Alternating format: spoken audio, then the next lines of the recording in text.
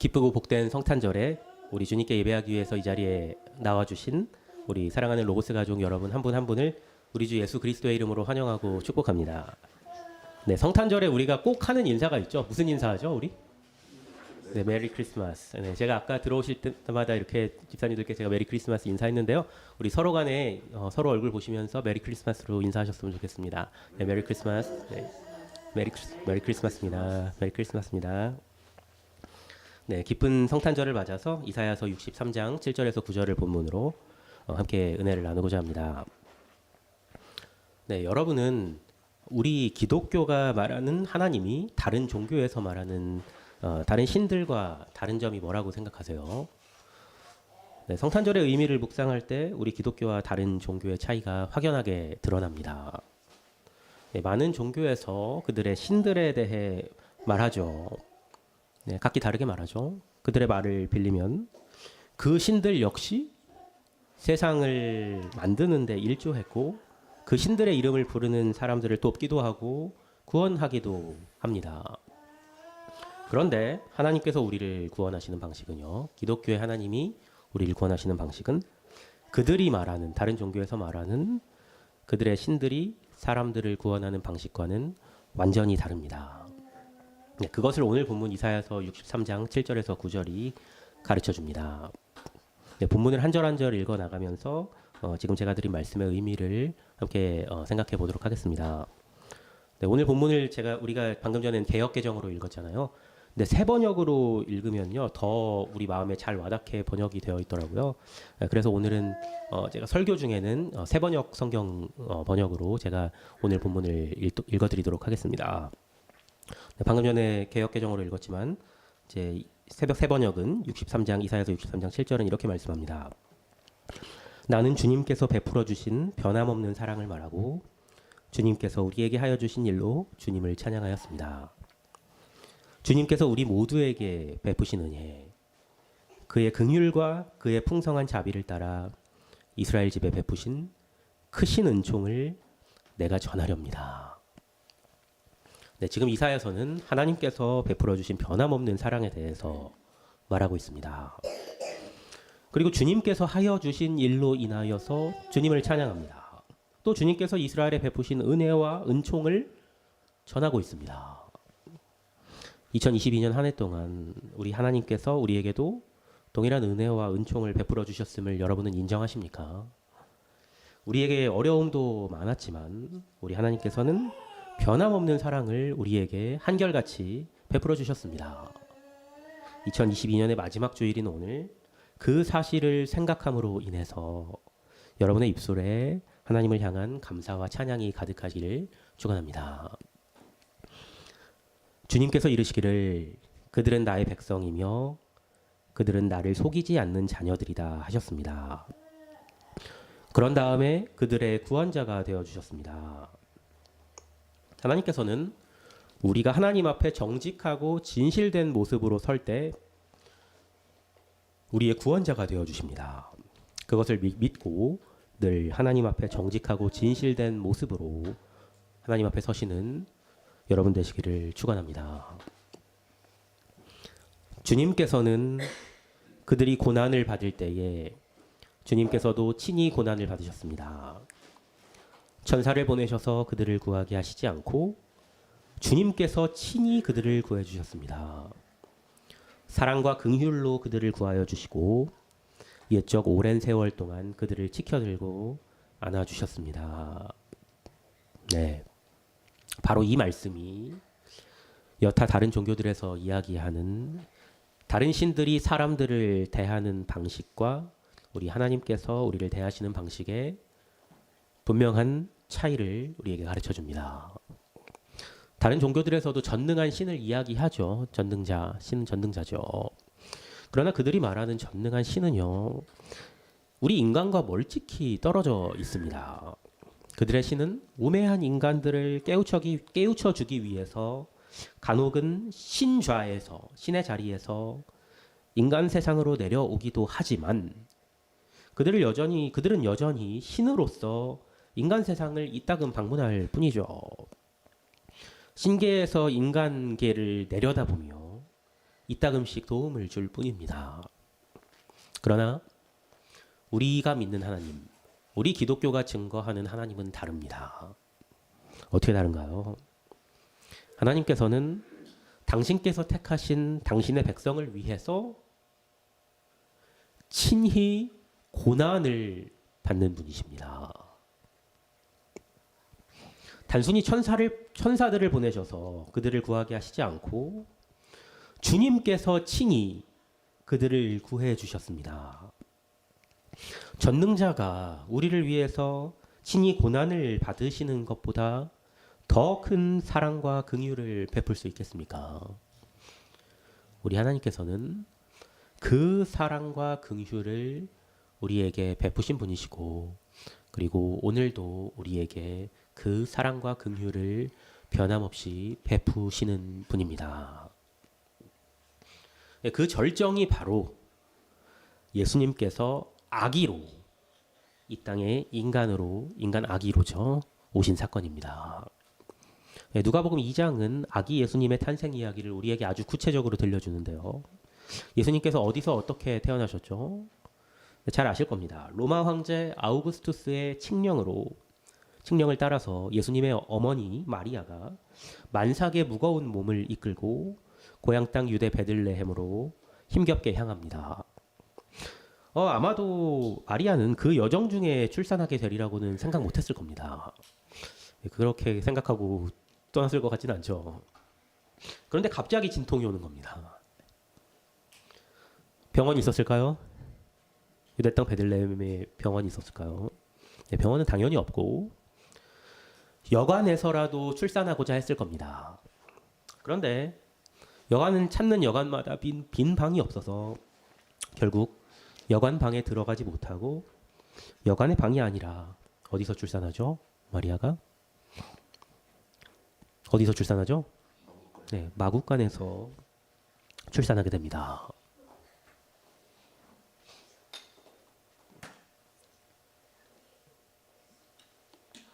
그리고 말구유에 그렇게 태어난 아기를 눕혀두게 됩니다. 네, 지난 3월에 지난 3월 벌써 9개월 전이군요. 지난 3월에 아내가 용훈이를 출산하기까지의, 그리고 그 출산 후에 1년의 과정을 겪으면서 저는 아기 예수님의 탄생을 이전과는 다른 관점으로 바라보게 되었습니다. 네, 예정일 열흘 전에 새벽에 아내의 진통이 시작되었습니다. 네, 당황해서 저도 당황하고 아내도 당황하고 서둘러서 차를 몰아서 병원에 갔지만 진통이 너무 빨리 진행되어서 병원 앞에 도착한 아내는 혼자 힘으로 차에서 내릴 수도 없는 상황이었습니다. 네, 급하게 병원 그 입구에 세워졌던 그 휠체어를 제가 가져다가 아내를 힘겹게 그 휠체어에 태우고 병원에 휠체어를 끌고 들어갈 때까지만 해도 아내는 분만실 중 하나에서 아이를 출산할 수 있을 거라고 생각했습니다. 아내도 그렇게 생각했고 저도 그렇게 생각했죠. 네. 근데 여러분이 잘 아시는 것처럼, 그러나 결국 아내는 분만실에 다다르지 못하고 병원 복도 휠체어 위에서 출산을 해야 했습니다. 그 후에 의사로부터 아기의 박테리아 감염이 의심된다는 말을 들었습니다. 깨끗한 분만실에서 출산하지 못했으니 그럴 법도 했습니다. 네, 지저분한 마구간에서 태어나셔서 말들이 먹던 여물이 담겨 있던 여물통, 그 위에 누우신 아기 예수님은 어땠을까요? 예수님께서는 태어나시자마자 박테리아와의 힘겨운 사투를 벌이시지 않았을까요? 아기 예수님의 고난은 여기에서 끝나지 않습니다. 하나님의 천사가 꿈에 요셉에게 나타나죠. 헤롯이 아기를 찾아 죽이려 하니 당장 일어나서 아기와 그 어머니를 데리고 이집트로 피신하라고 합니다. 그렇게 갓난아기의 긴 여정이 시작됩니다. 제대로 된 교통수단은 없었죠. 아마 대부분의 여정 동안에 터벅터벅 걷지 않았을까요? 교통수단도 없이 베들레헴에서 이집트로 향하는 긴 여정 가운데 어려운 일들이 얼마나 많았겠습니까? 그렇게 예수님께서는 갓난아기 때부터 평범한 다른 사람들보다 더한 고난을 겪으셨습니다. 왜 예수님께서는 이런 고난을 받으셔야 했을까요? 우리가 받는 고난들을 다 받으시고 우리의 환난들에 동참하시기를 우리 주 하나님께서 원하셨기 때문입니다. 그렇게 안 하셔도 될 것 같은데 그렇게 하시는 게 우리 하나님의 우리를 향한 사랑입니다. 하늘 보좌에서 잠깐씩 우리의 삶을 들여다보시는 게 아니라 초라하고 불결한 우리의 삶의 자리에 내려오셔서 우리가 받는 고난과 환난을 함께 받으시기로 우리 하나님의 사랑이 결정하셨기 때문입니다. 아기 예수님께서 이 땅에 오신 것을 기념하는 성탄절에 우리는 이 자리에서 성탄 감사 예배를 드리고 있습니다. 여러분은 오늘 우리 아버지 하나님께 어떤 감사를 올려드리시겠습니까? 우리를 구원하시기 위해서 당신의 아들을 보내주신 것에 대한 감사를 마땅히 우리는 올려드려야죠. 그런데 우리는 하나님께서 우리와 함께 친히 고난을 받으신 것에 더 큰 감사를 올려드려야 합니다. 하나님께서는 친히 우리의 고난을 받으시기 위해서 당신의 아들이 태어나면서부터 박테리아와 바이러스에 그대로 노출되게 하셨습니다. 우리는 보통 아기가 태어나고 최소 100일은 지나야 바깥 외출을 시키잖아요. 그런데 하나님께서는 당신의 갓난 아들을 추운 겨울에 이집트로 가는 긴 여정에 오르게 하셨습니다. 목숨의 위협을 받게 하셨고 숨어서 숨죽이며 어린 시절을 보내게 하셨습니다. 그분의 특이한 탄생으로 인해서 사람들로부터 듣기 싫은 조롱의 말을 많이 들으셨을 겁니다. 손가락질도 많이 당하셨을 겁니다. 그렇게 유년 시절을 보내시고 공생의 사역을 시작하시자마자 또 예수님께서는 이번에는 광야에 던져져서 시험을 받으셨습니다. 어떤 시험을 받으셨나요? 40일 동안, 밤낮 40일 동안 아무것도 먹지 않고 마귀의 시험을 받으셨죠. 굳이 밤낮 40일을 금식하셔서 시장하셔야 했던 이유가 무엇일까요? 40일 금식하면 죽을 수도 있습니다. 실제로 40일 금식 기도하다 돌아가신 분들도 계세요. 그렇게 하신 것은 우리 주님께서 친히 고난을 받으시기 위함이었습니다. 공생의 사역 기간 동안 또 예수님께서는 많은 고난을 받으셨습니다. 결국엔 조롱과 비난 속에 모진 고문을 받으시고 당시 가장 끔찍하고 괴로운 사형 방식인 십자가형을 당하셨죠. 조금 덜 고통스러운 방식으로 돌아가실 수도 있었을 텐데 예수님께서는 왜 굳이 가장 끔찍하고 가장 괴로운 고통을 동반하는 죽음을 맞이하셔야 했을까요? 우리의 모든 환난에 동참하시기를 원하셨고 그래서 그렇게 하시기로 택하셨기 때문입니다. 사랑하는 여러분, 제가 지금 물을 마신 이유가 그래도 좀 맑은 목소리로 이 말씀을 드리려고 물을 마셨습니다. 메리 크리스마스입니다. 우리에게 크리스마스가 기쁜 날인 것은 기쁜 날이죠. 메리 크리스마스, 메리가 기쁘다는 뜻이잖아요. 우리는 항상 기쁜 크리스마스 말하는데 우리에게 크리스마스가 기쁜 날인 것은 어쩌면 역설적이게도 예수님께서 태어나시면서부터 죽으시기까지 수많은 고난을 친히 받으셨기 때문입니다. 주님께서 친히 고난을 받으셨기 때문에 우리 주님께서는 우리의 고난과 환난을 다 아십니다. 아신다는 게 무슨 뜻이냐면요.